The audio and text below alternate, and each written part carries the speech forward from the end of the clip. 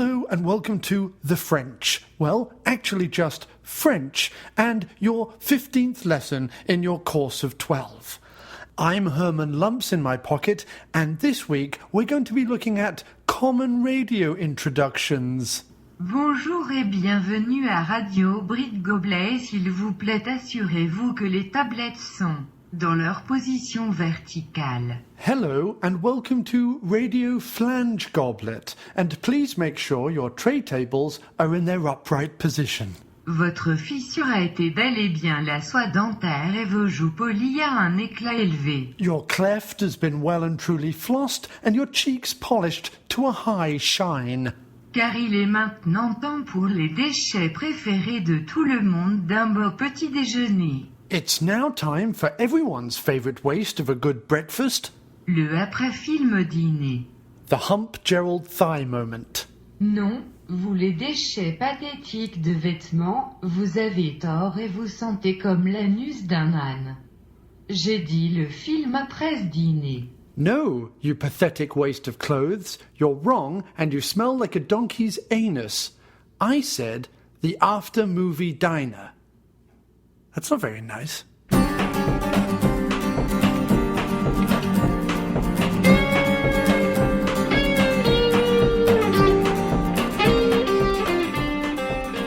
No, it's all right. She said she wouldn't press charges as long as I re-oiled the bed.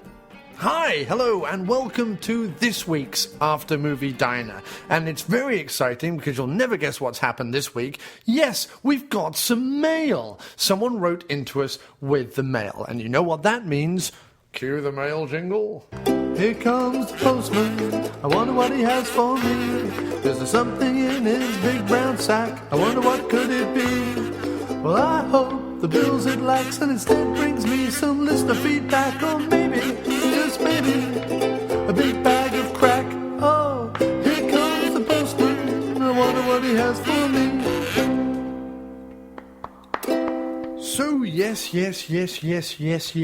What about this mail, I hear you cry? Well, the mail comes from a Mr. Matt Beckett. And he writes, Dear John, many thanks. Actually, he only put two manys. I added an extra many for emphasis. For a series of highly informative and engaging shows from the diner with your recent slate of interviews. I've been bowled over time and time again with all the preparation and hard work that must be behind every edition, and above all, with your wonderful choice of guests.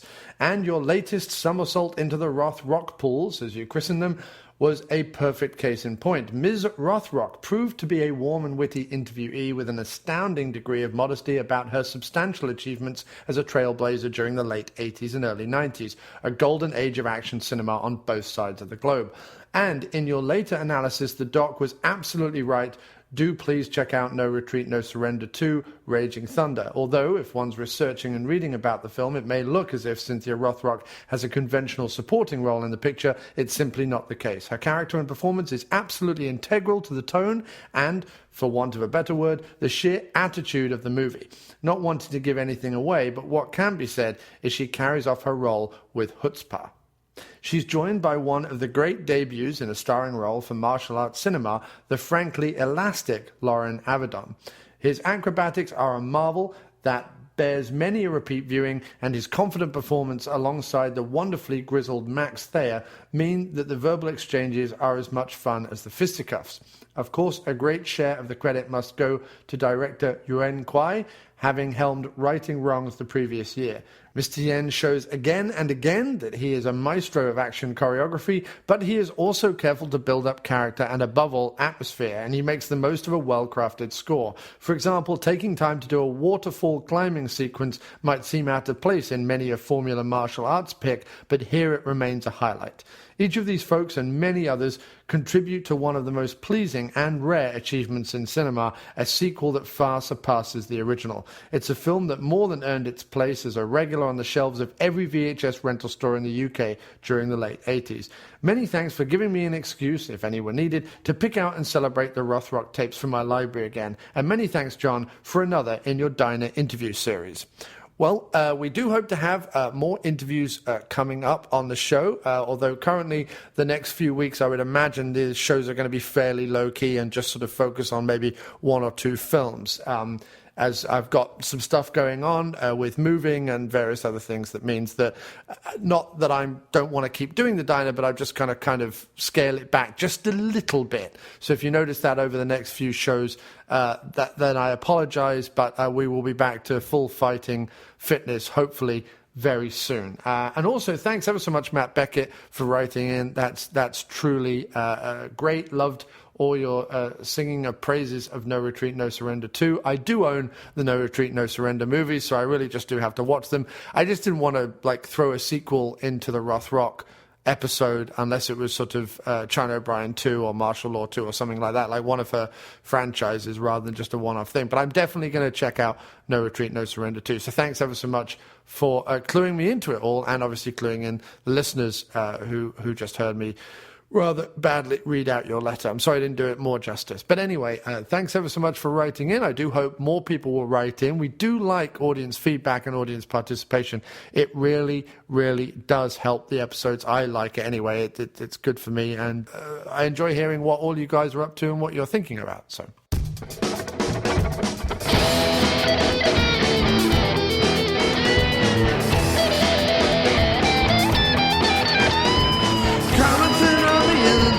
Commenting on the internet, they're commenting all over the internet and not all over my face.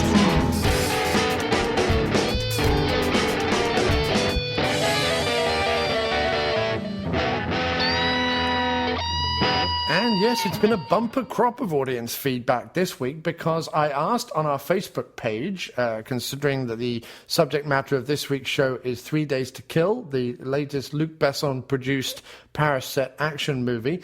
I asked favorite recent Luc Besson produced action film and how many have you seen? And then I listed 3 Days to Kill, The Family, Collision, Taken 2, Lockout, Colombiana, 22 Bullets, Coursier, District 13, Ultimatum, Transporter 3, and Taken. And we got lots of responses. Andrew Buckley said Taken. Doc Paul Crowson, or Dr. Action, to his friends. He writes at least 7.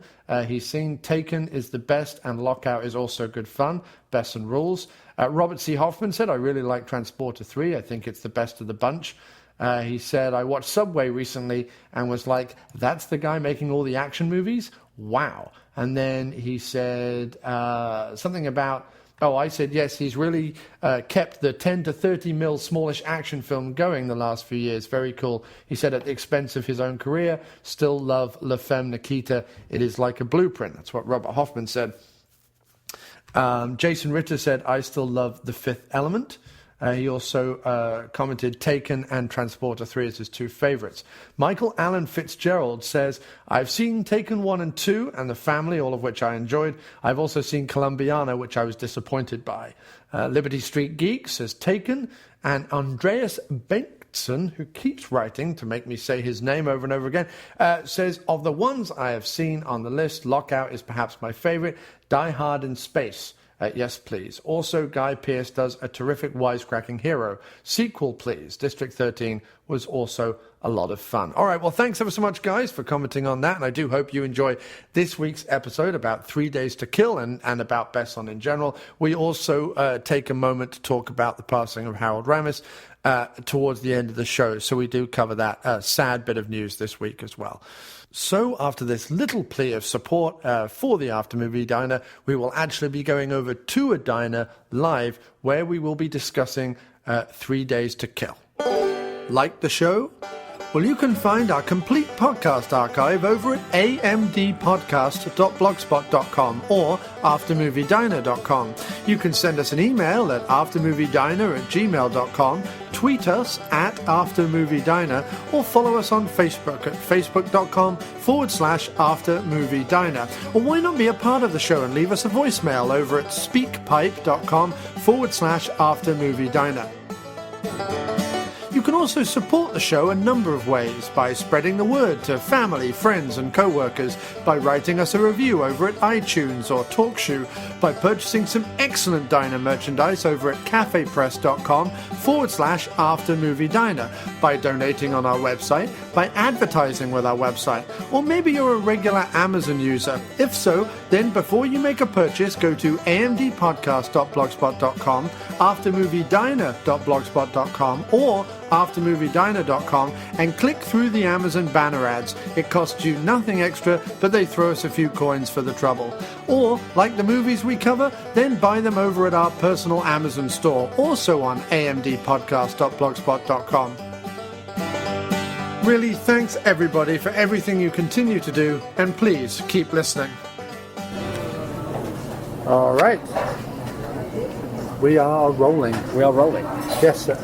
And we are here in the Cozy Soup and Burger Diner on 8th Street, just off Broadway. In the Village? Yeah. Is this the first time we're recording in the diner in the Village? No, we were at the Waverley Diner once after the IFC. Oh, yeah. Okay. Yeah, can I get the San Diego omelette? Yes. With French fries? Like a white toast or whole toast? Whole wheat. Can I get the ham and egg sandwich? But can I also get Swiss cheese with that, please? And that's it. White toast, whole toast, casserole. White toast is fine, thank you. Great. Thanks very much. Thanks, man. Cheers. Thank you. So we're diner in the Village. Yeah, we've just been to the Regal Cinema on 14th Street, which is nice. When I first moved here, the Regal wasn't. I think it's had a bit of a reno because I don't remember it being as good. Yeah. I remember Dawes and I being like, it's all right, but it's not up to snuff. But now they've had a real reno. There's lots of space in the theatre. Yeah, we had lots of leg room and nice cosy really chairs. comfy chairs. We had excellent seats. Right at the front of the second row. Yeah. Of block, Second block, right. About halfway back, right in the middle of the screen. Yeah. No seats in front of It us. went nice and dark. It didn't have a lot of runway lights like a lot of the new theatres. So when it went dark, you could just see the screen and really engage in the movie. I liked it. Yeah, it was good. And then we're here in the famous Cozy Soup and Burger place, which was it appeared apparently in both the movies Rush Hour and Adam Sandler's And X-Men 3. Big Daddy and X-Men 3. This was an X-Men 3 apparently. I don't remember that scene in X-Men 3, but there's a lot about X-Men 3 I don't remember, if I'm honest. Yeah, although weirdly I remember liking X-Men 3, whereas other people did. What I do like is there is a framed picture of both Alf and Emilio Estevez and Telly Savalas on the wall. So we've eaten in the same restaurant, ladies and gentlemen. We are in the same restaurant as Alf, Telly Savalas, and who was that? Emilio Estevez. The three giants. Who loves you, baby? Alf, clearly. Alf. And what was the movie we saw? We just went to see 3 Days to Kill. 3 Days to Kill. With Kevin Costner. With Kevin Costner, Amber Heard, Connie Nielsen, and Haley from the Coen Brothers remake of True Grit. Haley. Oh, that was her? Yeah. I don't know. Mind you, I never saw True Grit. Right. Anyway, her, the younger one of the two women, I think. I just assumed it was Kevin Costner and some people. Yeah, you know Kevin what I mean? Costner and But Luc Besson. You are America in Paris. You are like to be in my movie. Yeah. These are the people I thought the best on the cast. Basically, Costner has been given the Neeson treatment. He He's has. been well and truly Neeson, is what Well, I like he to has, say. but in a sort of... Well, I guess we'll get to that. I like to think of him as Neeson, weirdly enough, via Danny Glover. I don't know why, but like the old stumbly coffee Yes, he's thing very gave much... me Glover. Yeah, I liked... That was the...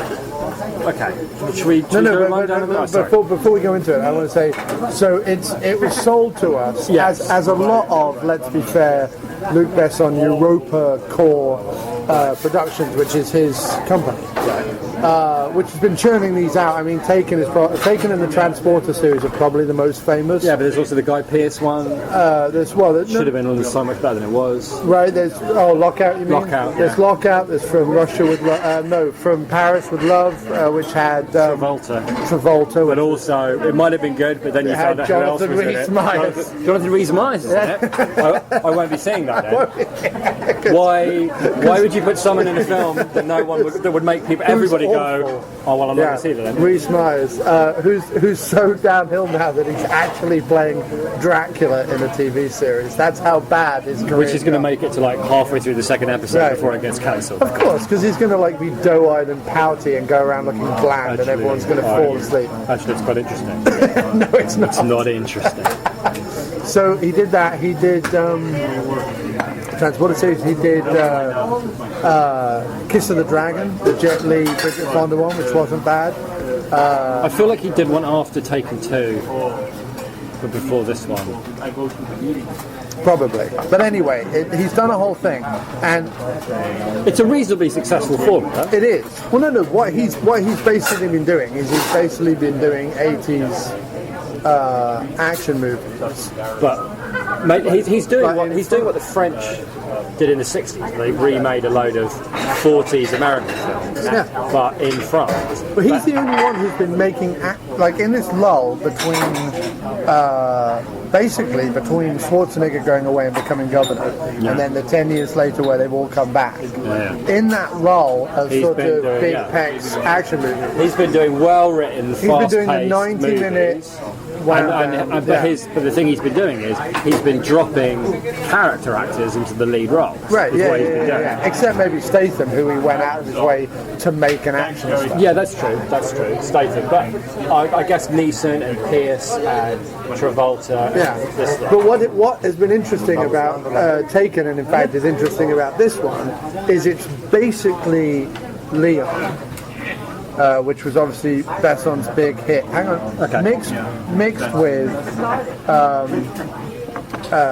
Taken.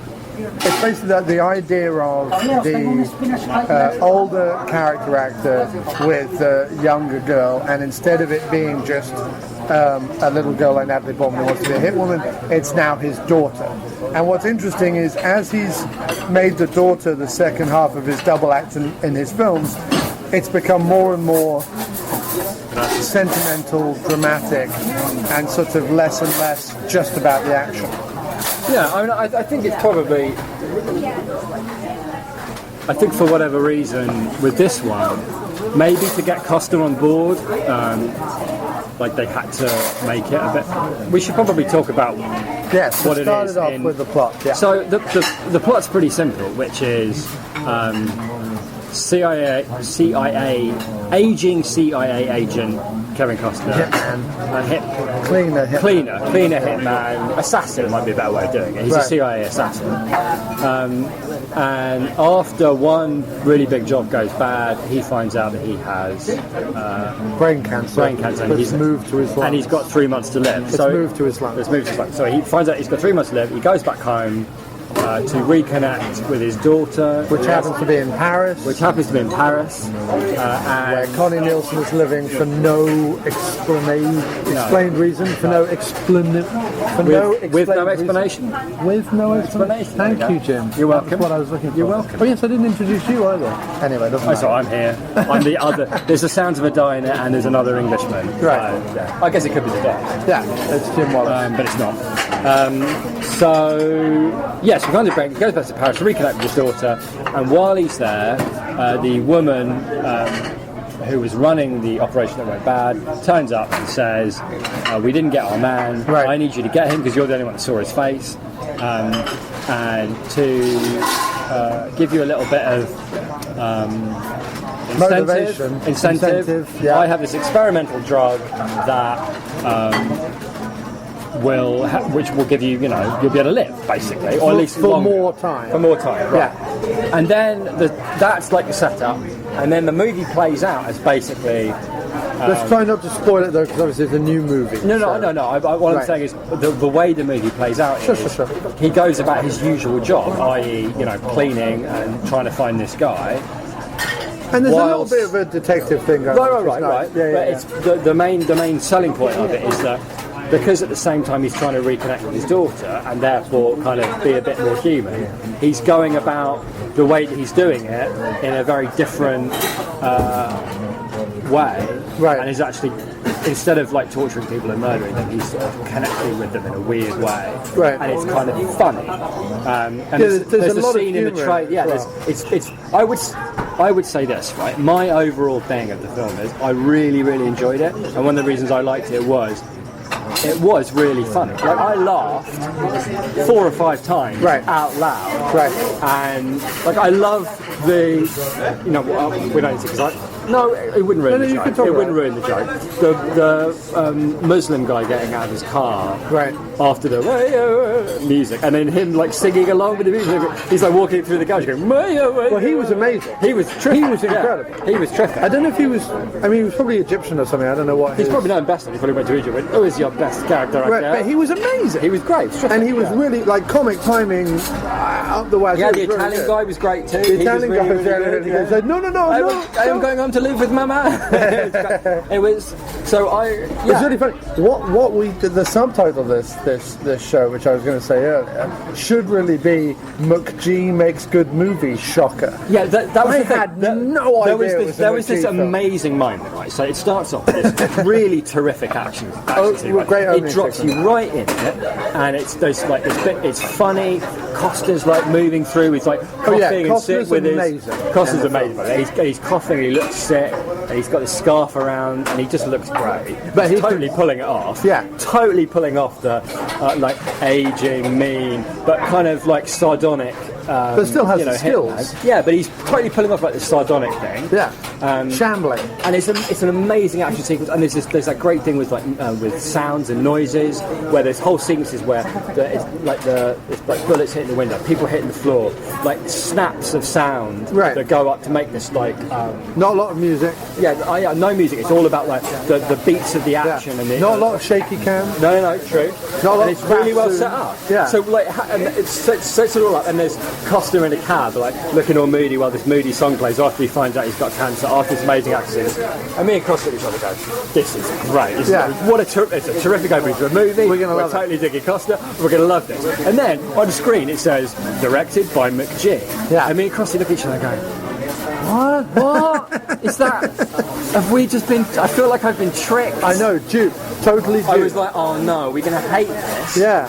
And then, I will admit, for the next 20 minutes I was going, I really want to like this, but the word McG is burned into my eyeballs brain, now. What's incredible is normally, normally two things happen. Normally the trailer lets you know that it's from the maker of right. But what are they going to say? Charlie's Angels, Terminator Salvation, a semi-hit that's 10 years old and a flop that killed the franchise. From the director of Batman and Robin and Flatliners. You'd be surprised. You've been surprised that they have done that, but no. I would say this is McG's Flatliners. Why would you say that? Because Joe Schumacher mostly makes fucking awful films, but Flatliners is a good one. Oh, you like Flatliners? Yeah, I like Flatliners. Oh, okay, fine. Is Flatliners not good? No, Flatliners is absolutely fine. I was just wondering when you I didn't like Flatliners as much as I like this one. I hasten to add. Right, no, yeah, it was just a weird comparison. Anyway, but my point being is that normally they make note of it in the trailer. Yeah, I was totally because I just sort of assumed it would be another mad Frenchman from Besson. Yeah, I thought it was going to be Olivia Megaton or one of those horrendous directors. And that was the other one they did. They did the Zoe Saldana one, Colombiana. That's right, yeah. That was the other Europa Core one, which was again a sort of Femme Nikita update. Which Saldana was pretty good in, actually. It just had that horrible Megaton greeny yellow wash over everything. And you're like, Megaton, could you just film it naturally? Yeah. Like, I don't need a greeny yellow wash. Funny enough, if you watch the Transporter series, the middle one, which I think the middle one is Megaton. Yeah. Or is the middle one Leterrier? Because I know Leterrier. I don't remember the first one having any kind of washout. No. Right, but the first one, the Transporter first one, is Leterrier does the dialogue, and Curien, the famous Hong Kong action director, did all the action stuff because Leterrier had never done action before. Right. And I have a feeling that the second one. The second one is one I like the least, I think. Yeah, and I've got a feeling that the second one is either Megaton or Leterrier by himself. Right. Either way, it's terrible. Anyway, Colombiana suffers from the same problem. Like, you kind of want to go up to Besson and go, what? Why do you keep using these people? Because Yeah, neither Leterrier or Megaton like Lockout. The thing that puzzled me about Lockout was you've got an amazing setup. Like Besson clearly just sits, and I like to think of Besson sitting in a restaurant, like, coming up with ideas. Awesome. Because the thing was, the great thing about this movie was it had all these like great ideas going on. Some of them it used when it suited them. Some of them like totally meant nothing. Like the drug he uses, if his heartbeat raises, he starts hallucinating. But like that doesn't happen. What actually happens is every time you're about to kill the guy you're supposed to kill, you're going to fall down. Right. You know what I mean? But there was like that really didn't lead anywhere particularly. But the idea of he's got to reconnect with his daughter. He's got like only a limit. He's only got like 3 days to find the guy and kill him while looking after his daughter. Right. And also he's aging and sickly and really sickly. And like not, it's just there's lots going on. Oh yeah, I mean, it's a really, really great idea for a film. It's utterly cliche riddled, but in a way which is kind of cozy. Yes, exactly. And the other thing is because that beginning bit, in the action of Costa in the hotel, where I totally bought his character. Right. And I guess that's just him being him. And sometimes you watch like people. I mean, Costner in the last like 20 years, Costner's become amazing. Yeah, clearly. Thank you. Wow, that looks great. Really good, man. Thank you. Smashing. Thank you very much. Terrific. Oh, great fries. Yeah. I mean, the York sandwich is amazing. I mean, that looks like a really. I just want to say that it looks like a really terrific sandwich. Yeah. Well, they have their world famous. I'm beginning to see why. I'm beginning to see why Alf and Emilio Estevez call this place home. Yeah. No, I'm just saying that because I mean, you know, people remember Costner, I think, from like, you know, Wyatt Earp and The Untouchables and all those ways, a bit earnest and a bit annoying. Yeah. Whereas in this one, he's got a bit of an edge to him. I loved it. Yeah, and I felt like watching this one, especially that opening sequence where he's not really called upon to do anything. That really sold it to us. He's not like emoting or anything. He really is just walking around. But he's being.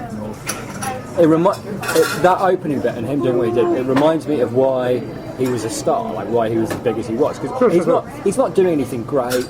He's not like totally blowing him away, but you totally and completely buy him as his character, whoever he turns out to be. Right. And it is a relatively interesting show. Although there's like a 15-minute period right towards the end where it lost me a bit, the movie. Yeah. But it, you know, and in fact, maybe I'd say the last 15-20 minutes of the film I didn't enjoy nearly as much as the rest of it. But in fact, I know at what point it stopped being interesting. Right.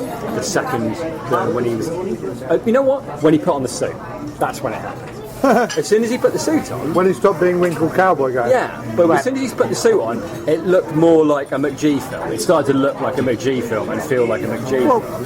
Whereas up to that point, I felt. Amber Heard's character had McG written all over. Oh, he did. Yeah, she did. What if she struts around in a dominatrix outfit and a blonde wig? How does that sound? Besson is like, we like it. How about she hang out in Parisian nightclub with lesbians? Who looks like every time her character turns up, it's like Kevin Costner is woken up in an expensive vodka advert. Right, exactly. You know what I mean? The lighting is very interesting. But Look at my crazy lips. to say this, I've only seen part of Charlie's Angels, the first one. And I think I watched it because of Bill Murray. But in that, what really annoyed was everything annoyed in that movie, absolutely everything. But predominantly the camera movements, the incredible overuse of like dance music, the crash zooms, the shaky cam, the slow-mo, the CGI, like all that stuff was over the top. And what was nice about this movie is, although while you're right, there were certain, you know, this looks like a perfume ad or a vodka Which is ad. fun. I don't mind it because it's all part of the conceit. You know what I mean? It's stylized. Yeah, it's totally stylized. Which I don't mind. And it's not, and it wasn't stylized in this movie to a point that made you annoyed or nauseous. But what I would say, and what was very pleasing, was that although the lighting and the settings were certainly Parisian and stylized, the camera movements were not insane for no reason. No. there was the fight out in the deli that was like a little bit more like frenetic. Yeah. But it needed to be, because see, the problem is when you get these old guys, in order to try and make Costner look even remotely competent, although he was really good in it. He was terrific. To do a more sort of frenetic fight sequence, but even that wasn't shaky to the max. Even that you understood what was kind of going on. Actually, that felt more to me. The problem with that scene was editing. It felt like it kept cutting a split second before it should, and it kept coming back in. It felt to me like an experiment in filming an action scene that didn't really work. That's what it felt like. Whereas the other action scenes in it are fucking terrific, and they're all slightly different. Right. And they all follow conceits, and they're all really entertaining. And I'm sure a number of them I mean, I do wonder how much of the film was Besson. Right. And going, you're going to have this in it. You're going to have he wrote the screenplay and produced it. Right. Yeah. I suppose so, yeah. Well, he co-wrote the screenplay and he produces it. And I think that, you know, while he's obviously drawn to, just with the Terriers, McGee's and Megatons, he's obviously drawn to fancy, choppy editing, advert-style directors. I think he's drawn to like stylized directors. He wants to give a stylized director who's obsessed with style. Because Besson is. If you've seen any of like Besson's like solo directed stuff, his stuff is quite stylized and quite. But I'm wondering whether this transporter thing, the action sequence, is directed by somebody else. I wonder if that's the case here. Because the action sequences were like put together in a way that was. Yeah, I mean, maybe. I doubt. Displayed a competence. There wasn't enough kung fu in this for it to have been a Korean or an equivalent of. Right. You know, the whole point of the transporters, there's incredible fight scenes. I mean, especially the one in the first one, where he kicks down the door and then he goes throughout the house doing various fights with like axes and fire extinguishers and whatever. There's nothing that compares to that in this. No. This is exactly like if Costner suddenly like pulled some Jet Li stuff, you'd be like, what's going on? This is far more Taken-esque in terms of a lot of gunplay and the occasional like kick, arm break. Stuff that you would imagine Costner to be capable of. Right. And, like, at no point is Costner like flying through the air or like doing mad shit. He's just he's just being a guy who's clearly had 30 years in the CIA. You know what I mean? Yeah. Being a hitman. No, and Amber Heard is there to play up to the lipstick lesbian Parisian set. One would imagine. I think the thing that bothered me so she's much. awful as well. She's such a bad actress. Yeah, she is terrible. Everything she is terrible. That's true. But that's why she's relegated. She went from being like, "Ooh, Amber Heard could be the next big thing," blah blah blah, action chick, blah, blah, all the rest. And she's basically over the last 3 films been relegated to like third fiddle in a Luc Besson B movie. Yeah, and that's where she could. Well, she was fine because she was, it was so stylized. She fitted in just fine. But anyway, the thing I wanted to say about the suit, it's entirely where she belongs. The reason why it bothered me, fine. But he doesn't. It's not like a stylized rumpus. He really does dress like a middle-aged dad, only with this quite cool scarf all the time. And everyone keeps talking to me like, you need to dress smart, you need to dress smart. And what's quite cool is he keeps waking up in these vodka adverts. And his attitude is of a man, like a rumpled middle-aged man. He's a bit tired, a bit pissed off. He doesn't really have an awful lot of time or respect for all this bullshit that she thinks is like really clever and really cool, obviously, because obviously she wouldn't be wandering around dressed like that or in these places. But he doesn't really give a shit, which is quite cool. And then as soon as he wears the suit, and there were. I mean, I don't want to get stuck in it because I really enjoyed it. And even in the end, it wasn't bad. It wasn't like it didn't pull the rug out from under you. No. It did everything you expected it to do. But it was just a bit of, I don't know, like a bit... But the suit was more... he couldn't have shown up to that final sequence at the party. And but the final sequence didn't need to be at the party. Well, it did. For the very obvious, we saw it coming a mile away twist. Yeah, but it wasn't... But then, that's what I mean. It's like they shied away from the twist as well. No, true. But what I mean is, you have to have Which is fine. I It don't has mind that, to but have- there's no reason for it. No, it has to have a climax. I agree, but given the action sequences you've already had, right? And I have a Yeah, by all means. Why would you... Like, the reason for the climax to be where it is and in the form that it takes is it is, like, signposted a mile away. Right. But then they kind of pull back from it a little bit. Right. And the conflicts that it would bring up, if it was like that, don't exist. And even, like, the semi-conflict that happens, right? That is totally between not him and the addressed. wife, you mean? No, well, no, not... Well, yeah, that's dropped for a start. There's a whole thing of, like, as soon as she finds out he's back in the job, oh, is he in trouble? And that doesn't really happen. Again, there's the point where...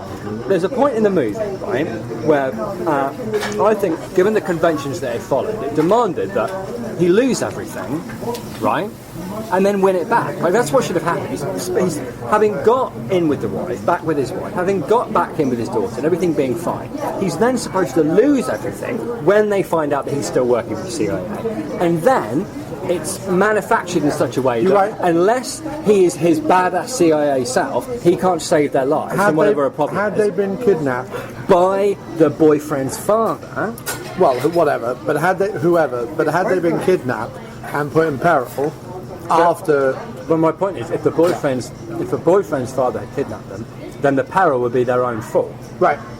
not his, and he would come and save them. You're right. And then win back their respect. It'd be a kick-ass. Instead, it's like they got to that point, like, well, should we do this? And Costner and McGee went, I don't know. I think it's better if it's nice. You know, what if it's her prom night and really, and it's like he doesn't prove enough. You know what I mean? Because he leaves them behind to do. I mean, he does learn a lot, and clearly he does change as a human being. Also, over the he course of doesn't. 3 I days. kept thinking because we kept cutting back. This is spoiling the ending. I can't really talk about it, but I thought he was going to save the daughter. I'm just going to leave Right. it like that. No. From what happens. I thought a number of things. I thought, one, the drug was going to be phony. Yeah, I thought the drug was actually going to be killing him quicker rather. Right. Right. I thought, two, he was going to lose the wife and daughter and then have to win them back through a display of extreme badassery, like the likes of which we hadn't yet seen in the movie. It probably involved them being at the top of a very tall building and Costa being at the bottom with nothing more than a bottle opener and a flip-flop. Right. That would That would have been amazing. right. Right now, that would have been amazing. Right. Yeah. And instead, it's like they make him work really hard to be happy, but not that hard. And then it's more Well, he like teaches her to ride a bike it's more like one of those. It turns into one in of the those. afternoon. The moment the movie actually lost me was when he taught her to dance. Okay. He's already taught her to ride a bike. We don't need another scene. Right. And she's like, I can't dance either. I also can't tie my shoelaces. I can't add 2 + 2. I can't. It's like, and whatever you got from the scene, which was a very sweet scene. Right. I really liked that. And even though it was cheesy as all hell, I did like it. It was nice and cozy. But the dance thing was like one or the other. Right. Right. You know, I have to say This is just stealing my screen time away. that although it was a good film, it's a 2.5, 3 out of 5 at best. It's not a 5 out of 5. It's not a home run. It's not an out of the park. No, and that's because I would say this. That's entirely because of the way they chose to end it. Right. If they tied it up in a way that, like, if you're going to go, And also, I felt like there's no point in doing a cliche. I think you enjoyed it far more than I did. There was parts where I was like, I need more action in this. It did get pretty strong. I understand why they went the way they did, and it was funny enough that it kept me watching. Right. But considering how enjoyable it was with him being kick-ass, I could have done with a lot more. That's what I'm talking about. Like, the ending, he didn't... First of all, it was fucking dangerous. He was firing a gun. But at no point did he get taken to task for... By the way, this is... You can't have the wife say, we don't really want you back in the game because you just put us in danger. And Costa goes, and then starts a gunfight at her daughter's prom. Like, see? And he's like firing into the crowd. And yeah, all right, I like the fact that every time he shot, he took someone down. That was very fucking cool. But you can't do that because he doesn't get to lie to them. Right. He doesn't get to come back into their lives, right, and gain their trust again, and then completely lie to them, put their lives in enormous amounts of danger turn Well, her, he did- well- turn her, because as far as they're concerned, turn her like final prom into a fucking like death march, the likes of which, psychologically speaking, it would take some time Well, also to that recover didn't make from. any sense because that And then wasn't going- the prom. That was the pre-prom party. Oh, it was the pre-prom party. So she didn't even go to prom, or what? And why were they doing? Why was the daughter and the son doing what they were doing before the prom, or was it the post-prom party? I think that what was going on with the son and the daughter in the soundproof room was designed to be a build-up to one joke, which was the sound of the elevator hitting was what was like made the building shake when they kissed. But they didn't really address that joke. In no way Right. was it worth the setup for that. No. You're right. Because he take well, the great thing about that scene is he takes her into this room, right, that's soundproof, without any windows, with a really weird orange square couch in the middle and nothing else. She goes, "Oh wow, what a great place!" As opposed to, "So are you going to murder me now or Right, later?" right, yeah, or in you this rape me or soundproof, whatever, right. you know what I mean? Psycho's room, and are these all mirrors with like fat crazy people sitting behind? Yeah. You know what I mean, rubbing their cigars. Like it was very strange. That's a hideous image, but It well was. done. I'm sorry about that. But it's just like up to that point, it followed all the rules, and then of an action You're right. film. No, While at the same time having an awful lot of fun with his central conceit. He's got a limited amount of time to like kick, beat, and threaten his way around Paris to find this elusive guy that nobody has ever found. Right. While at the same time not losing his humanity. Yeah. And staying So- and keeping someone in touch that with his daughter. someone that no one's been able to find, despite him being right there. Right. And But very it's still easy to a find. very interesting conceit in Right. that, where you've got something that an action hero has to do, a limited amount of time to find the guy that he has to kill, right? Right. But at the same time, you throw in this daughter angle and family angle, Sure. which means it's not just comedy. Whoa, my daughter's phoning at a crazy time, but that the way he deals with things is different now. He talks to them and finds things out, and he discovers things about how to be a dad and how to be a human being and all that. And it's kind of a fun idea, and there is lots of comedy enough and well done enough Yeah. that it totally makes you buy it and enjoy it. Yeah. But then at the point where in the action film he has to lose everything in order Yeah. Narratively, it doesn't hold up particularly. to win strong. everything back. Right. It just leaves you in this kind of like You're right.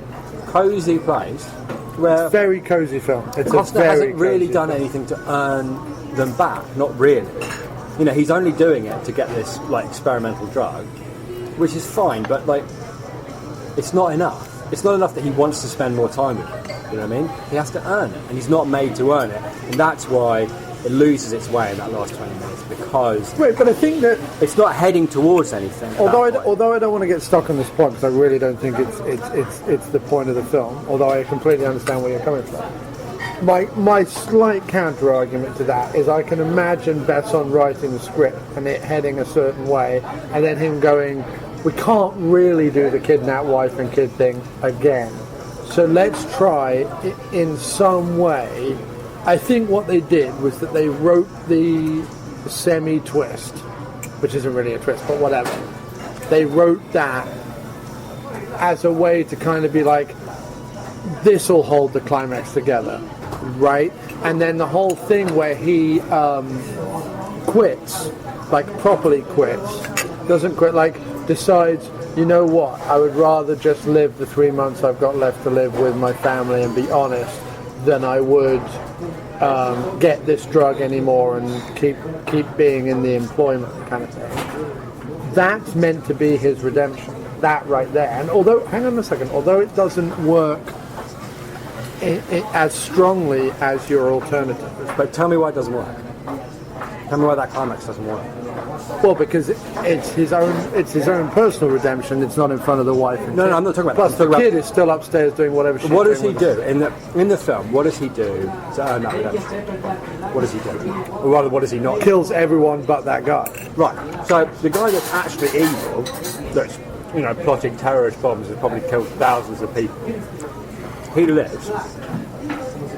But some poor bodyguard bloke who just needs the money and is just pulling his cat through his school. Sure. He gets a bullet in the head. What I'm trying to say is that they stuck to that angle, that storyline, that personal journey he had to go on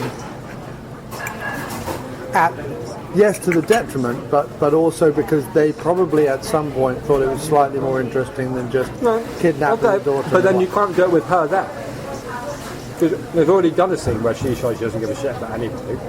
So as soon as she goes, I can't do it, it's not like, well, the guy's still going to die because she's standing there with a gun. So just because you're not going to do it makes absolutely no odds. It makes odds to him. That's the whole point. Yes, I suppose so. Because he's meant to look in the eyes of his daughter and say, I'm honestly out of it now. After I killed her husband. It doesn't matter. The guy said you had to draw a line. That's what the dad said. The other guy, the Egyptian guy, said you had to draw a line. And that was him drawing his line. Now, okay, it's not particularly strong. All right, no. But I'm saying that... No, fair enough. Emotionally speaking, he was there on the floor in need of his medicine. And he chose... It's not so much that he chose not to kill that guy, because he knew that guy was going to die anyway. If nothing else, he was probably internally bleeding and God knows what. Right? We're totally spoiling the end of the movie. Anyway, we spoiled the end of the movie. This is a long spoiler. I'm really sorry. Doesn't really matter. No, you're right. To discuss it, we have to spoil the movie. But whatever. I don't think people are following us now at all, because we haven't even explained really what we're talking about. But what I'm saying is that I don't care. I really don't care. Go see the film. Go see the film, because it's a good 3 out of 5 cozy action film with a bit of drama, a bit of comedy. What I'm saying is, it gets to the end. The decision he makes is not so much about do I or don't I kill yet another guy, right, for this woman. Thank you. It's do I or don't I live? And do I or don't I live as an honest person or as a lie? Well, this is making me want to watch the film again. Because honestly, I think the dancing scene did me out. I was like, that's too much. Okay, and that's fair enough. Thank you very much. All I'm saying is I think that... No, you make a very powerful argument. The twist, the switcheroo is not, oh, the big bad villain happens to show up at the daughter's party, because we really guessed that. The big twist is the movie you're watching is not an action movie. The movie you're watching is all about a father trying to reconnect with his daughter. Yeah, maybe that's... Yeah. And the decisions he's making in the course of that, right? And look, it has its cake and eats it, because he gets his journey while at the same time killing a whole bunch of people for our own enjoyment, right? So it gets its action climax while at the same time, like, where you would have a problem and where you would be a better screenwriter of something like this, would that you would have the action climax benefit the journey he was on all the time. Right. In this one, he's on this journey, and the choice he makes right at the very end is part of his journey. But the action climax really has nothing to do with his journey. I do see your point. I do see the point that if ultimately it's supposed to be a story about he doesn't want to be in the game, he has to get out of the game, he can't be a liar to his wife and daughter, and then he does have to make a decision, however irrelevant. He has to make a decision that says, look, I'm not somebody's puppet. I do make my own decisions. Right. I'm not going to follow through with by the job, way, whatever the thing I mean. The Christmas present that he gets at the end, and we don't have to reveal it, but the Christmas present that he gets at the end is meant to be her saying, don't worry about it, you can have it anyway. It's not meant to be her luring him back in. You can read it both ways. It could be her luring him back in. I just think... But it could also be... In fact, I think the shot of her on the hillside is meant to implicate I could be luring him back in. But I also think that it's kind of a sweet gesture on her part. I agree. I think it's meant to be, I understand you drew that line. I understand the choice you've made. I can't let you die because you've made this choice to be with your family against being in the job. So here's your Christmas present. And I'm with you on that one. But again, I felt... Because I think the movie's actually sweeter than the trailer ever let on. I agree. I agree. I think it's the tone of it is key, and I think you're right. I think it's such a good way of thinking about it. It's a middle-aged, sentimental kind of... The twist is it's not an action film. It's like a family film. Right. Like a family action comedy. Right. But it's like really... But the action scenes are like kick-ass. Right. You know? No, it's best for example, for example, that thing that you're just saying, I agree with you, and all that holds together perfectly well. But I don't think that the images, like, okay, first of all, it was only at that point right there I was going, does the fact that he, like, is overcome by the disease every time he gets near the guy he's supposed to kill. It's now getting a bit tiresome. Like the first 2 times it happened, it made sense. Right. But the last time, there's no reason for it to happen. And also it means that him choosing not to do it, her finishing the job, it happens right there. So it takes out a lot of the, like that whole thing of, oh, he's never going to get paid, because like they're together at the end kind of a thing. It's almost like, well, you know, you're sort of saying to her, internally I was anyway, like, well, he basically had, like, the guy's... Well, he got a cheque for 150,000 in the middle of the movie. No, he got the cheque because she was going to pay him 50,000 for every person he killed, and he wanted credit for the first 3. Right. That's why he got that cheque. No, but I'm saying he got some money.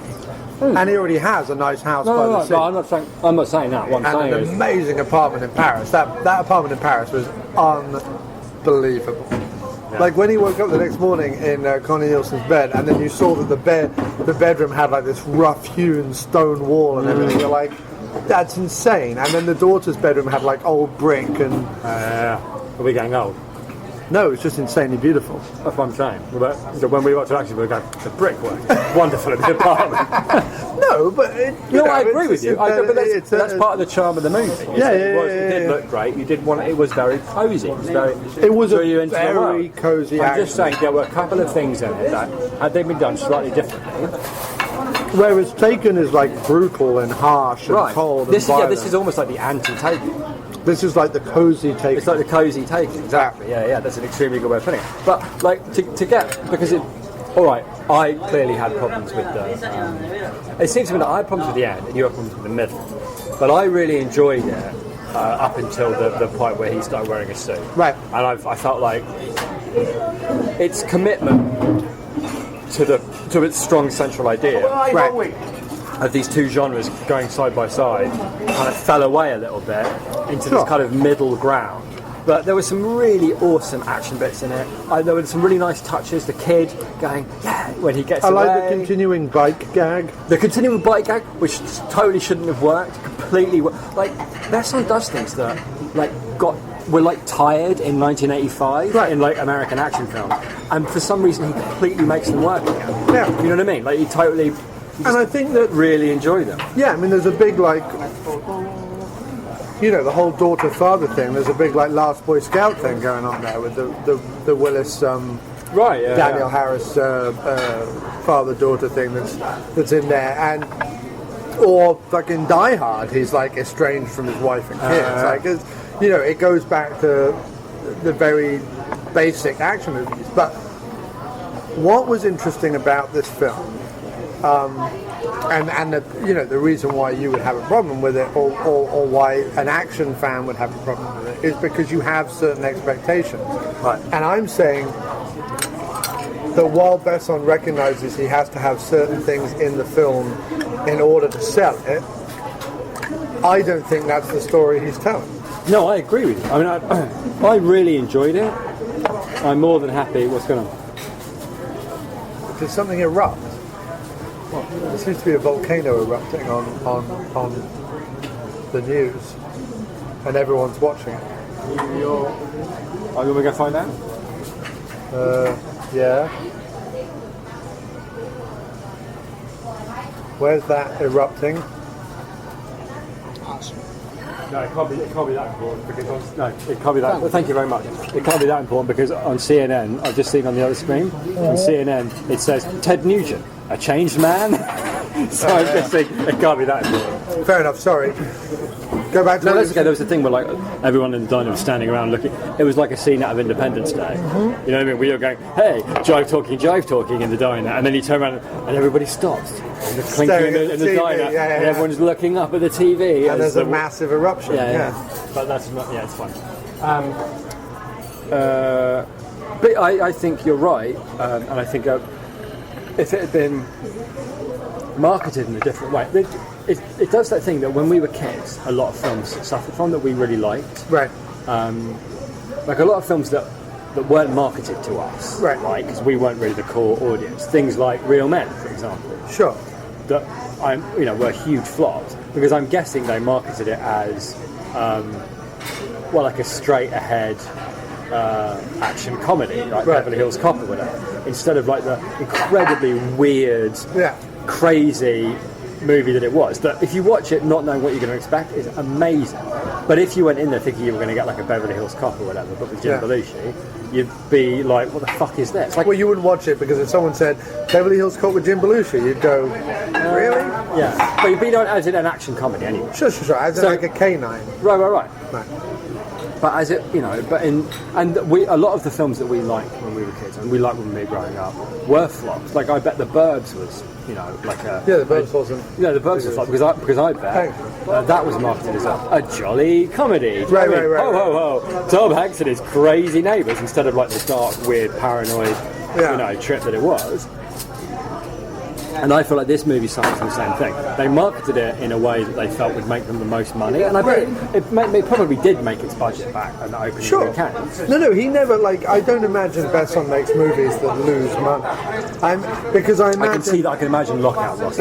Maybe Lockout, but I mean, I imagine that he has a certain budget, because this is the other thing. No one in Hollywood is making the 10 to 30 mil movies at all. But Besson is... I imagine they don't spend any more than maybe 15, 20 mil on these movies. Max. And I imagine he has a deal with the city of Paris where as long as he shows the Eiffel Tower twinkling every 5 minutes, that he can race cars down he can burn the rest of it to the ground as long as the Eiffel Tower is still standing. Right. And there's also a great deal of things that can be done now with CGI, where it's not obvious CGI, meaning the destruction of things.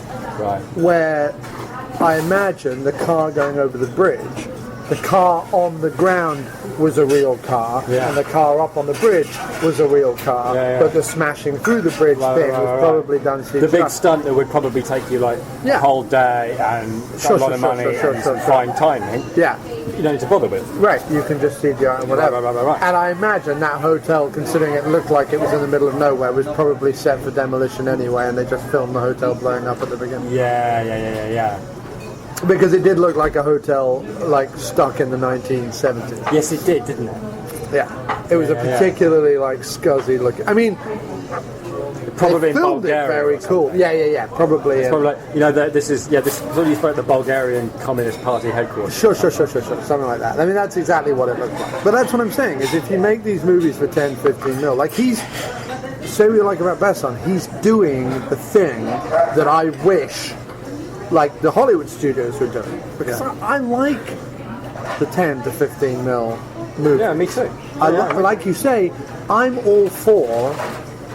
Costner being an aging action star like that. I was intrigued enough by that to go see the film, and on that basis, because Costner was so good in the film, it didn't let me down. No, you know what? Yeah, I would go along with you. I mean, I liked. It could have been. Don't get me wrong.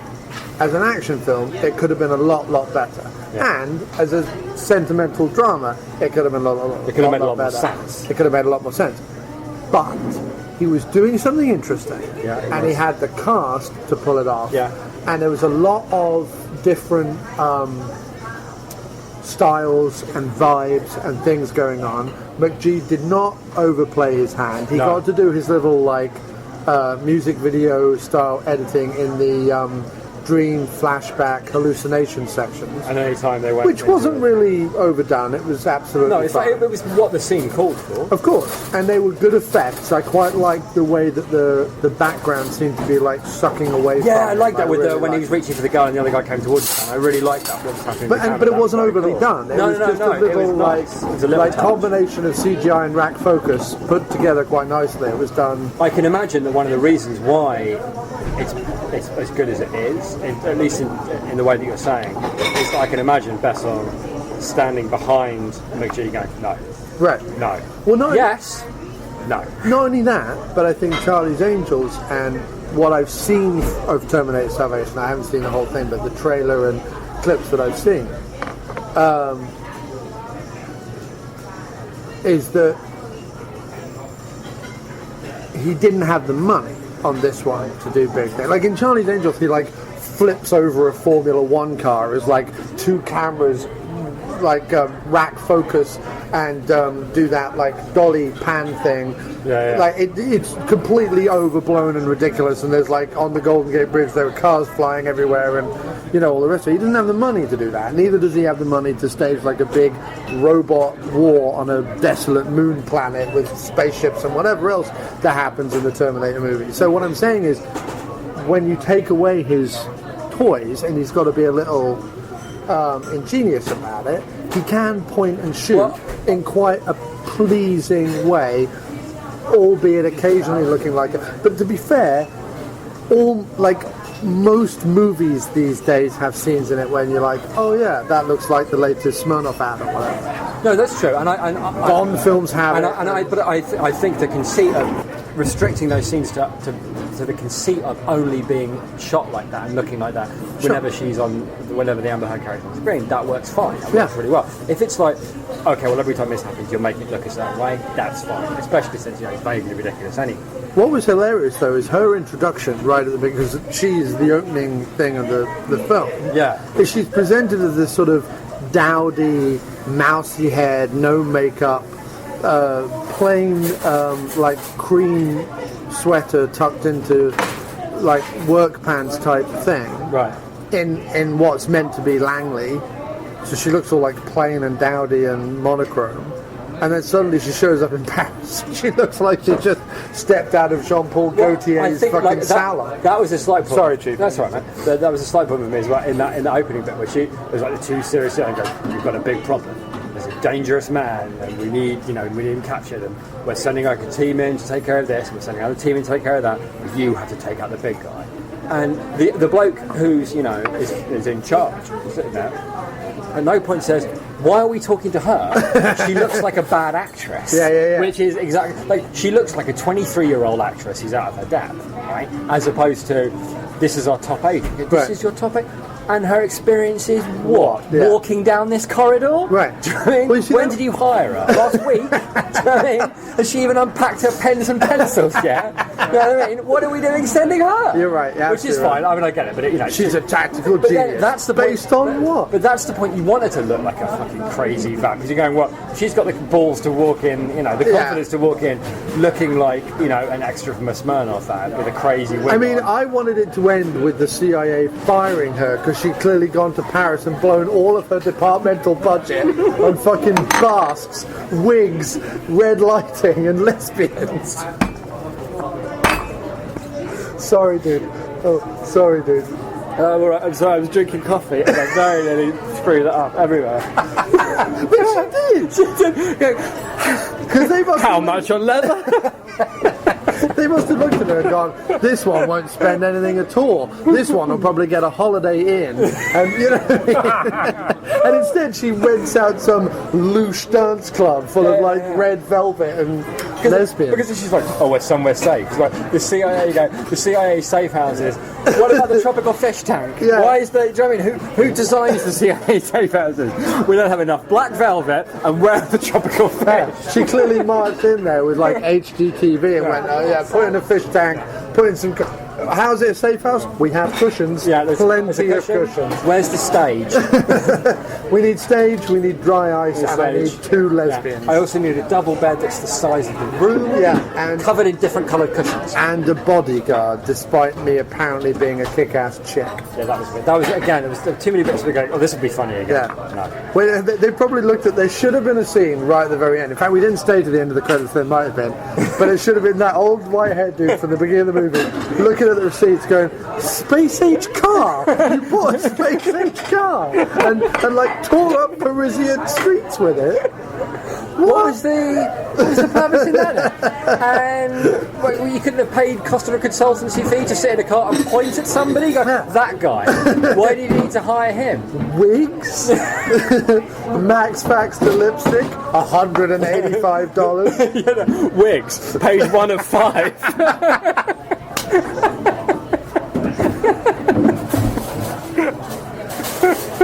What is this on the charge request that says nipple tassels? Why is there? And how many masks did you buy? How many lesbians? Oh my god. That's good. And you went through how many suits? That was insane. Oh dear. So sorry, I almost made you choke, man. No, that was fine. That was great. But that's true. There should have been a scene at the end with that old white-haired dude just being like, reading the bill. I thought we sent a dowdy 20-year-old who was just going to sit there and like be in awe of Costner. Instead, wait a minute. How many dominatrix outfits? Oh dear. Yeah. Like clearly Amber Heard, because I mean I've only seen her in The John Carpenter one. Drive Angry. Oh, that is poor. The Ward. Yeah, that was poor. That I was was poor. so hoping that would be good. That was so. He's poor. still obviously got like I don't get what happened to Carpenter exactly because in the Mouth of Madness shows he can still make a kick-ass movie. Oh no! Most of the movies are fine. It's just what ended up happening was people started to remake his movies. He started to make lots of cash, and he went, "So I don't have to try." That's exactly what happened. I don't know. I think No, that's exactly like whenever you hear him interviewed about the remakes, he's like, "I'm making lots of money. I don't care." and that's fine. I've got no problem with that. Like if you create I have a little bit of a something- problem. No, I don't because if he's made something really good and someone wants to come along and remake it, it's like well, all they're really doing is extra royalties for your work, and like I've got no problem with that because they're really good films and he made them for beans. And if 20 years later someone was to come up to him and say, you know that film you made for a packet of beans and half a cigarette in an abandoned police station when you wanted to, and it was so good, we're going to remake it for a shitload of money. And by the way, here's a house and Amber Heard spare wigs or whatever. Then, believe me, sell those on eBay and you'll be a millionaire. But then that's okay. But it seems to me with not to go off topic yet, but the problem with Carpenter it seems with The Ward starring Amber Heard who was in this movie, Right. and The Weaver, it's like there's a good film in there, but it just seems like it felt really generic. it did. But like Carpenter but he should- makes generic films. But he makes good decisions. when he's making them. He makes genre films during a period of time where people weren't making those kinds of films, and he makes them in really interesting ways. Yeah. And The Ward was post already a ton of like haunted fucking hospital and haunted fucking.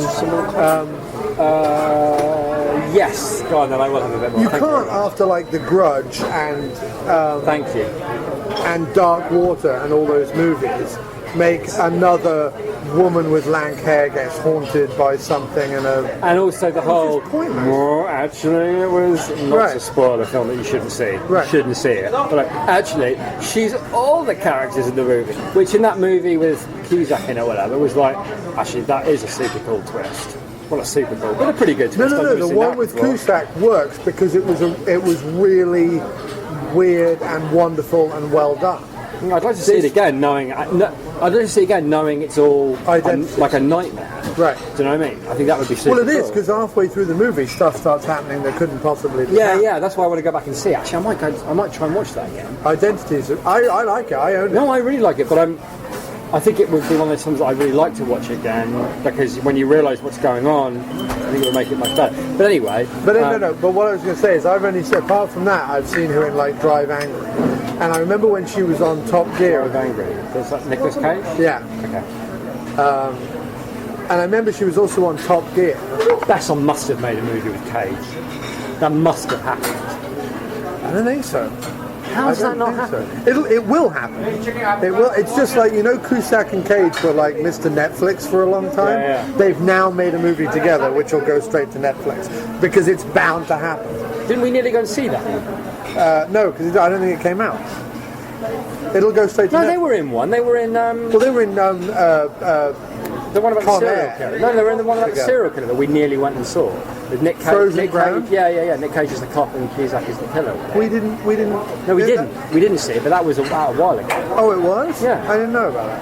Yeah. I don't think it looked very good. Frozen Ground. Yeah. Yeah, I really have to see it. Because Cage and Cusack are doing their Made in Bulgaria movies right now. Cusack should be in a Besson film. I think Cusack is like. They should both be in a Besson movie.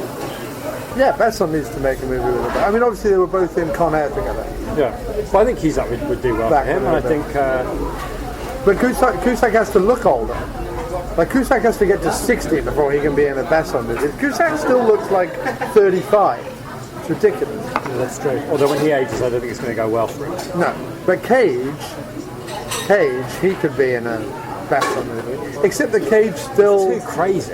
Yeah, well... The whole point about Costner and Neeson, and Pierce to some extent, is the basis of their But character. Cage They're could quite be like... calm, Except that still presences. Gary Oldman did a big crazy turn in Leon. Yeah, but he was the big crazy. He wasn't the lead. John Renner was the lead, and you can't get much more kind of character actor who doesn't do much. But I'm incredibly magnetic than Renner. John Renner, right, yeah. You're right. That's how he does it. But you could have... in which case, you could have Cusack as the good guy and Cage as the bad Yeah, I guy. agree. Yeah. Absolutely. Cage hamming it up for all his work. I mean, that's the big thing. That was always the big shame about Face Off was Cage should have been the bad guy, not the good guy. But he gets to be the bad guy. Yeah, but he's the bad guy at the beginning. But he's not the bad guy. Travolta ends up being the bad guy. Right. Yeah, but I don't like Travolta, so that's fine by me. Well, but that's what I'm saying. Travolta should be the bland one, and Cage should be the one. But what having I mean, fun as the who bad else could you have as like now that he's done Neeson and now that he's done Costner?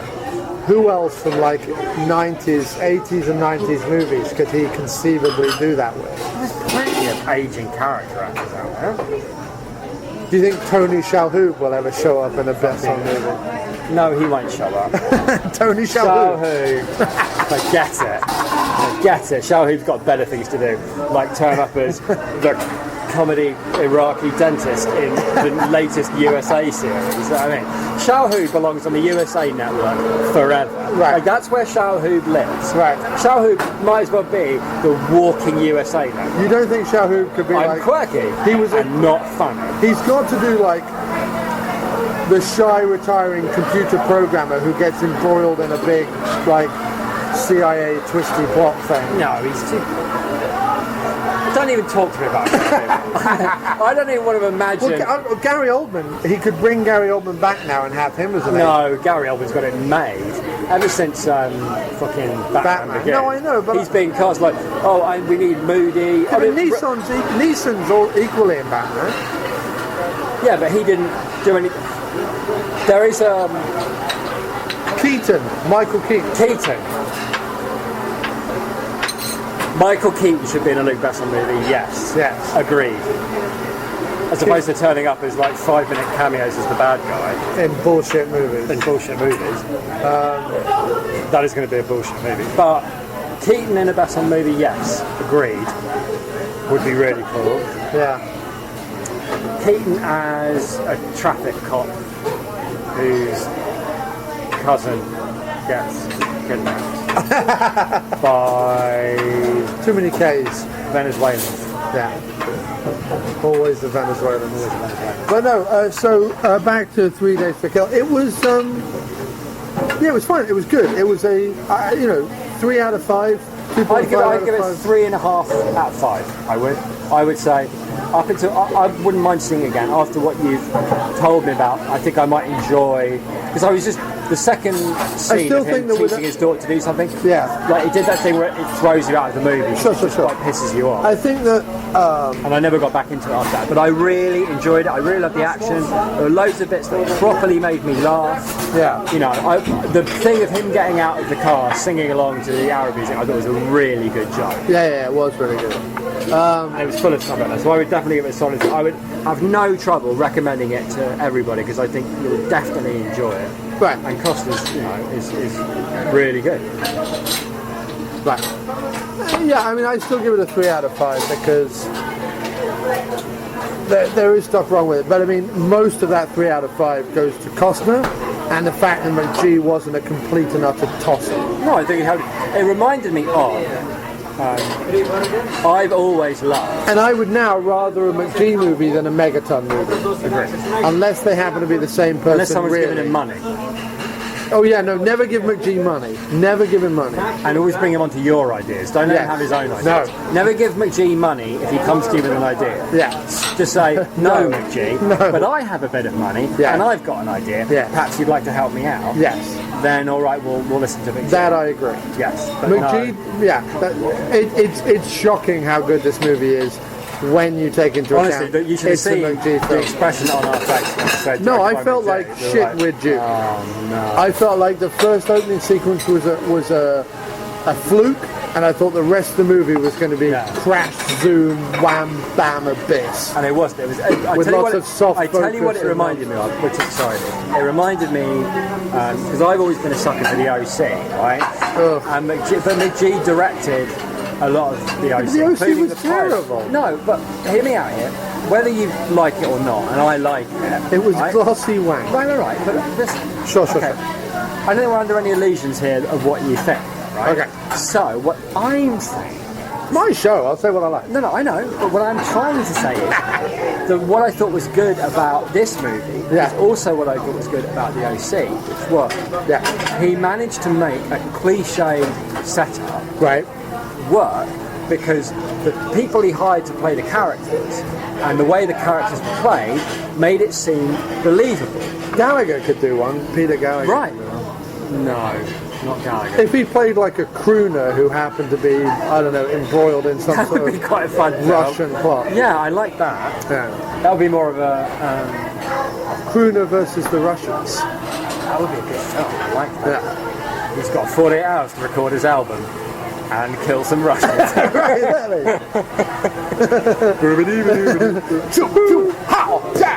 Crash, bang. Yeah, that was great. New York! Fly me to the moon and let me play. Yeah. Hey-ya!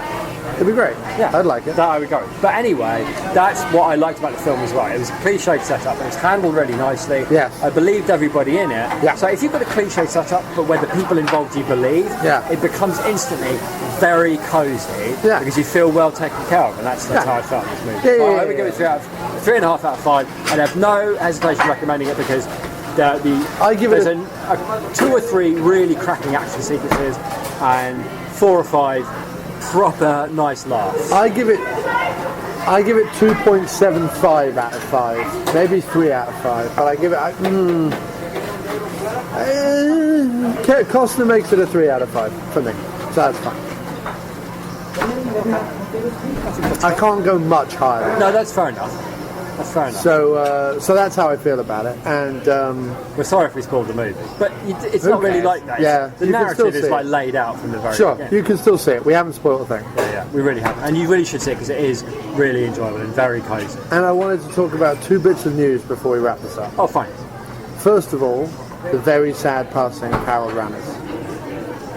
Very sad. Very sad. Last night in fact, I watched Club Paradise, which I've never seen, with Peter O'Toole and who we also lost this year, of course, Peter O'Toole. Oh yeah. And Robin Williams and Twiggy and go back one. Robin Williams and Peter O'Toole in Club Paradise.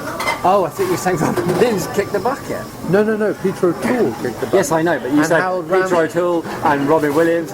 Wait a minute. Robin Williams is Harold Ramis directed it. Right. And it has a lot of SCTV alums. Joe Flaherty's in it, Eugene Levy's in it, Rick Moranis is in it, and Harold Ramis directed it. And so I watched that. That's got some really great Peter O'Toole bits in it. Jimmy Cliff does all the music. So that's like an unsung Harold Ramis gem that I quite like. Funny enough, it's not as baggy or as slow-paced as some of Stripes. Like Stripes starts off really strong, and then slowly becomes a little bit saggy. Like when the super duper Winnebago thing, whatever it is, the sort of spy truck thing that they drive around in the end, when that shows up and Sean Young and PJ Souls are frolicking about, sort of loses its way. Yeah. Kind of becomes a big saggy mess. Yeah. But I love the Police Academy bit. Yeah. The bit that's the Stripes Academy. Well, it's a bit like in Police Academy where it's somebody they have to become policemen and then you get into dodgy. Right. Yeah. You know, up to that point. Especially considering this is the army and they have to like wage war in a foreign country. Like take people's countries and kill them. Right. So but I like Stripes. But my favourite, I like Club Paradise. What else do I like that Harold Ramis has done? I love Groundhog Day except for the casting of Andy McDowell. Yes. Anyone else in that movie and it becomes a 5 out of 5. McDowell knocks a point off it. Oh, easy. easily as well. Murray is amazing Yeah, he is terrific. in that movie. It's still very good. I watched it during a very bad period last year. Like actually during a particularly bad couple of hours, like maybe two of the worst hours. Thanks. Two of the worst hours of last year, possibly of my life, in fact. And I couldn't do anything. I was in I won't go into too much detail, but I was at home in the flat, Right. and there wasn't anything I could do except wait to see, Understood. how things were going to play out. Sure. And when you can't do anything about something that's like ongoing and really bad, what are you going to do? And I put on Groundhog Day, and for those 2 hours, my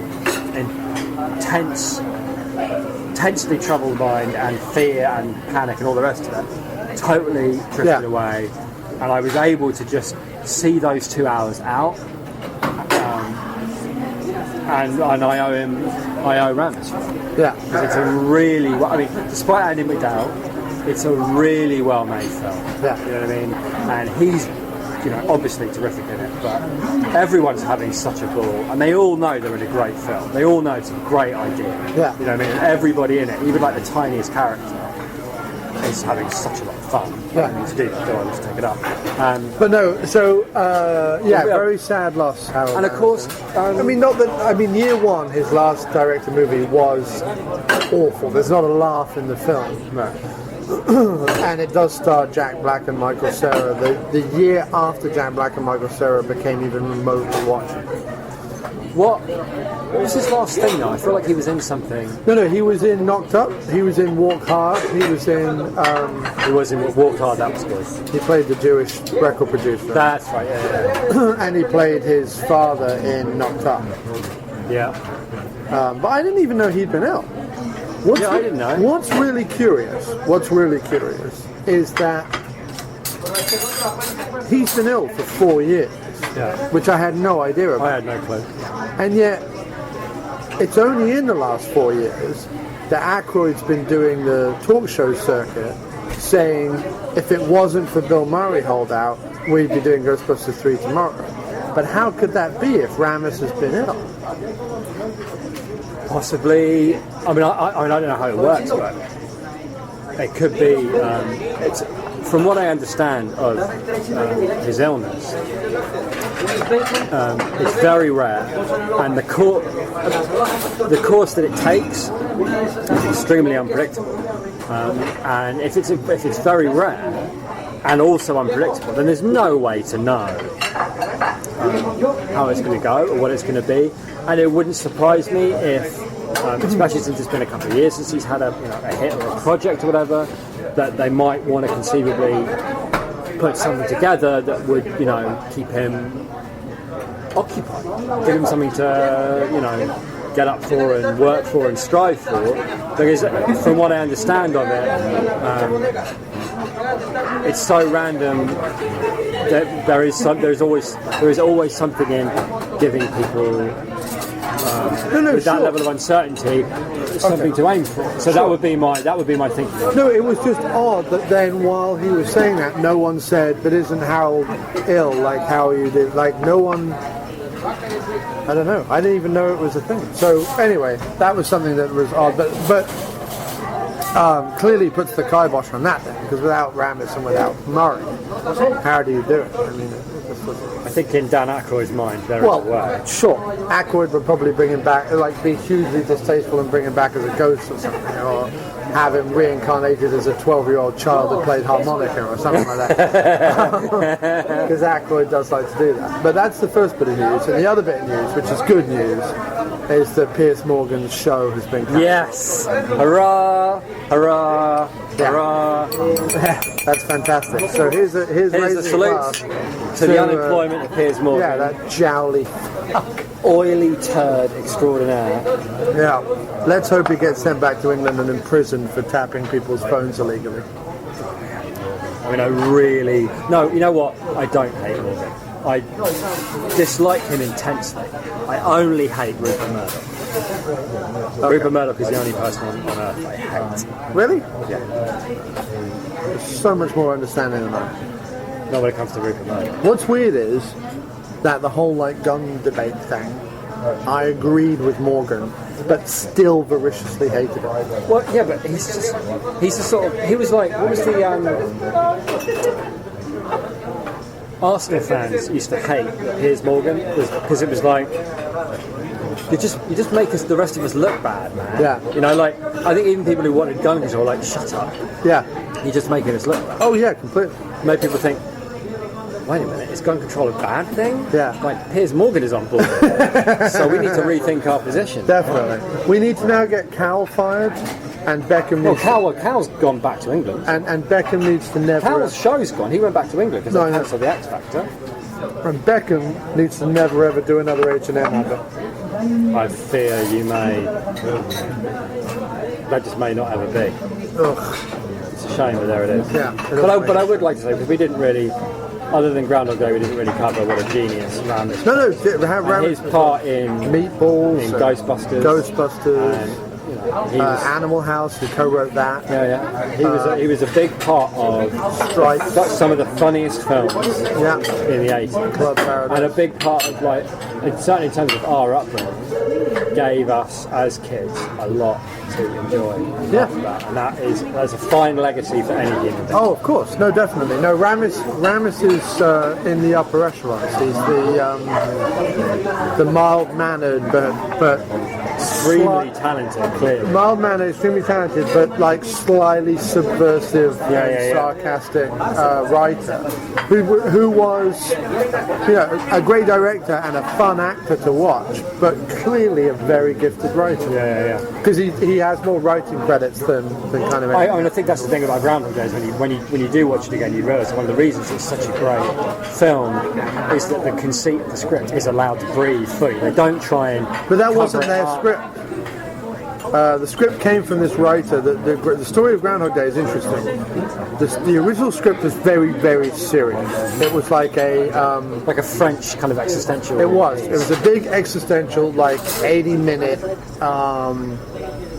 diatribe about what would happen if you spent like day after day after day and you couldn't kill yourself and blah blah blah. And Murray signed on for that, interestingly enough. Now it would obviously be years later before he did his Lost in Translation, Wes Anderson stuff, but he was signing on for that. And I think that I think you're right. What Ramis did was he was able to very intelligently keep as much of that in there as possible, because there's still the whole sequence where he's basically committing suicide over and over again, which is very dark for what is essentially a family comedy. Ramis was, like you say, able to keep the conceit breathing and going. I think Murray brought a lot of the one-liners to it with Ramis's help.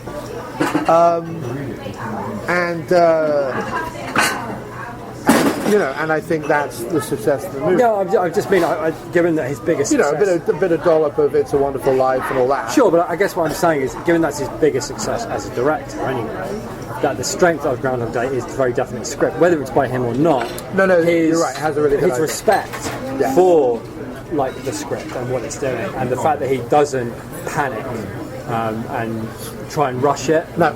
Like a lot of directors would rushed it and made the whole Groundhog Day thing only last half a movie, Right. and then tried to turn it into something else where he had to break out of the town to go and rescue Andy McDowell, or you know what I mean? Some bullshit thing. Sure.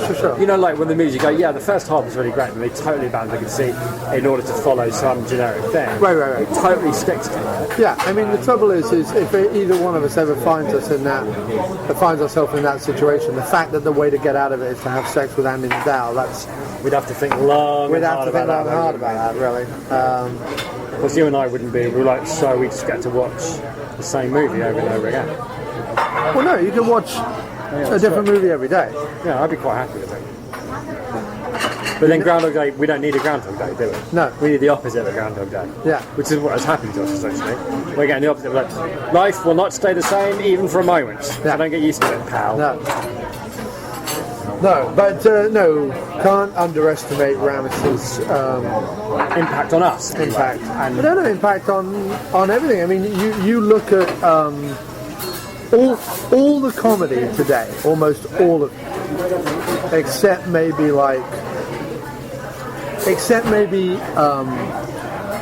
auteur performers like Sandler and like Kevin Hart, people who are generating their own thing. But even they owe a slight debt to it. But ensemble comedy groups, the Judd Apatow group, the Will Ferrell group, and the crossovers that happen in between and so on. And even a lot of these like little indie comedies where there was an indie comedy called The Way Back, which was about like a summer camp thing. So, yeah. And there was one recently called The To-Do List, which was about it was about sex, but it was also like around about a swimming pool and stuff. A lot of those indie movies owe a debt to them as well. If you look at The State, the sketch comedy group, The State, with Ken Marino, David Wayne, stuff like that, they owe a lot. Like those early Murray Ramis collaborations and Ramis Aykroyd Murray collaborations are, they are templates. They're blueprints for everything we see today. In fact, the successful stuff that we see today. I would agree. And it's interesting how, and this might just be my age, it's interesting how few really live up to the success of those early 80s ones. And there are, so I think Anchorman, the first Anchorman, lives up to something like that. And very interesting that the way back one with had Steve Carell, but Sam Rockwell is a key character in that. And Rockwell is basically doing a cross between Murray in Meatballs and Chevy Chase in Fletch. Like that's exactly who he's channeling throughout the whole Well, I movie. want to see that. Most of it is balls, but the bit with Rockwell channeling those people is like if they redo Fletch, it has to be Rockwell. Anyone else who isn't Rockwell, I like that. it's no good. Rockwell can do that quick, off the hand. It's not quite a joke, but it is a joke thing in his sleep, man. In his sleep. If they redo Fletch, or if they redo like those kind of comedy movies, and they don't use Rockwell, biggest mistake in the book. Seriously, once you see The Way Back, whatever it was called, I forget what it was. Okay, I will.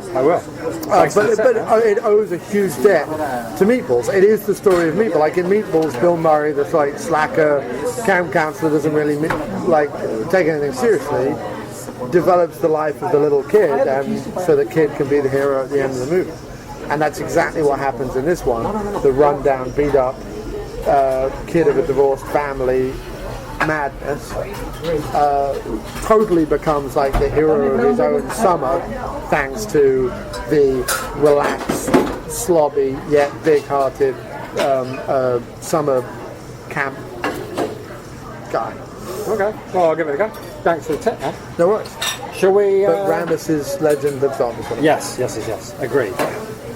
Well, thank you very much for having me in the diner. I've enjoyed it, sir, and probably quite a few weeks to come, as my living arrangement is going to be somewhat up in the air. Yes. This might be the quickest and easiest way to do a diner. Yeah, I agree. My apologies, listeners, because you might have to hear me going. The thing about the structure this week... Yes. Or No, but I like conceit was a popular word this week, I felt. Yeah, well, no, because you're... I will personally give every listener a banana. Because you didn't like the last act of the movie because you were expecting something that the genre would normally deliver that this one didn't. Yeah. And that's absolutely fine as a commentary. Okay. Well, thank you very much. Anyway, thanks so much. It's been a pleasure. Thank you for having me. No problem. Oh, Luc Besson, you'd look better with the dress on. I really do get less done when on comes a film by Luc Besson. Oh, Luc Besson, I really must confess, chum, my life would be a mess, son, if there were no more films by Luc Besson.